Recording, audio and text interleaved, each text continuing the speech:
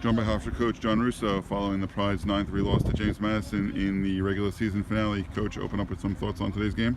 I thought JMU played really well. Really liked some of the arms that JMU threw all weekend, and I thought they threw the baseball really well. Played, loose and carefree. I thought, Jimmy Joyce caught a bad break there in the first inning.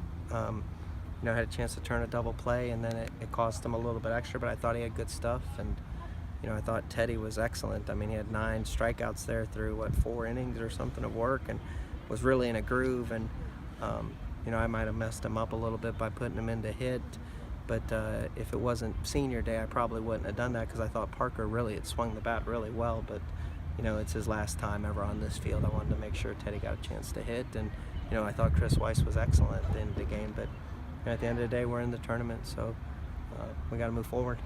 Coach, did you feel that the mentality to win was lost after the senior day festivities at all?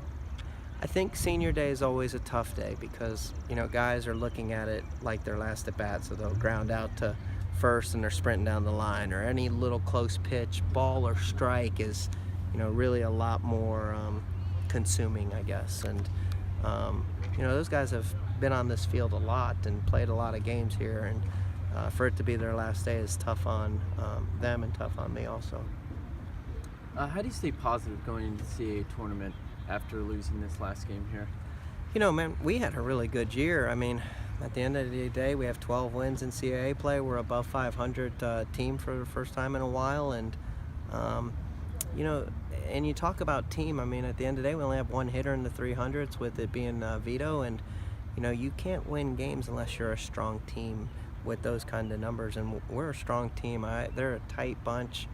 I think the relief a little bit of making the tournament last night, I think it being senior day, I think that's just a lot for 18 to 22-year-old kids to handle.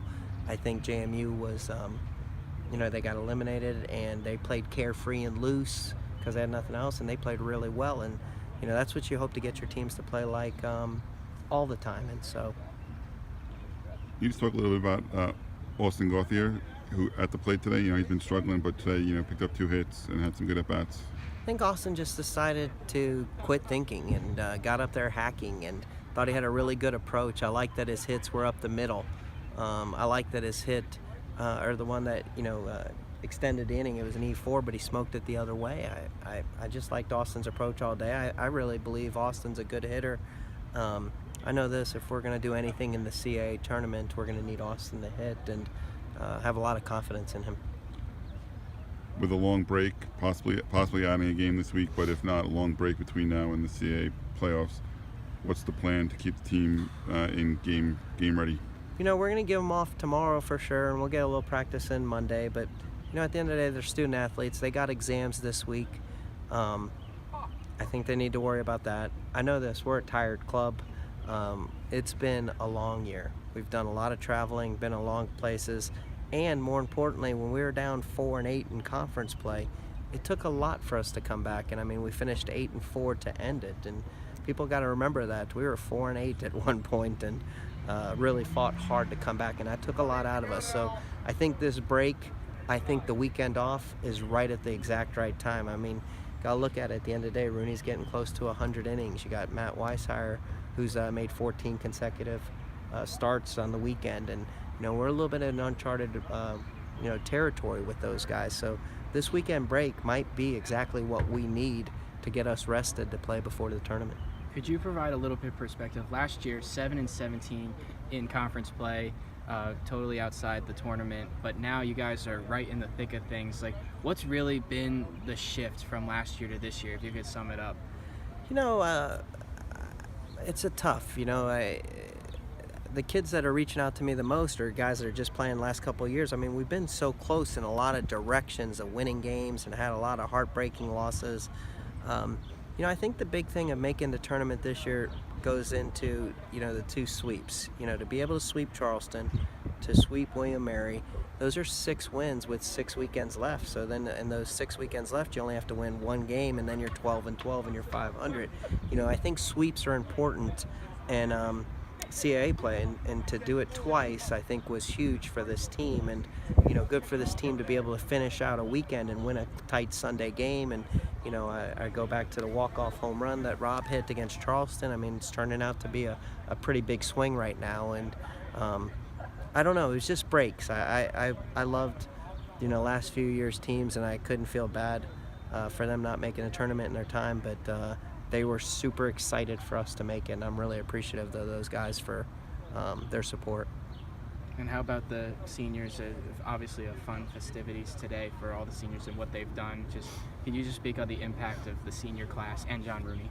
Well, I mean, they've done everything. I mean, you're talking like Stephen Foster. He's, I wrote that kid's name in the lineup a lot of times in 4 years, and Teddy Silas doing it, on the mound and positionally players for this team for 3 years, and then you got, Mikey, who came back from a severe injury to put together a great senior year and be a great leader for this club. And look at Chris Weiss, what he did to sell out for this team to become just a pitcher when he was a really good two-way player, but he really developed on the mound and became that closer that we needed, and showed it this weekend with an inning yesterday, and then still gave us 2 and something today to try to get us back in the game. And Matt Weishire in his career, 5 years not pitching too much for basically 3.5 of those years, pitching some last year, and then putting together I heard the 5th all-time best ERA. It's incredible. I think that's incredible. And then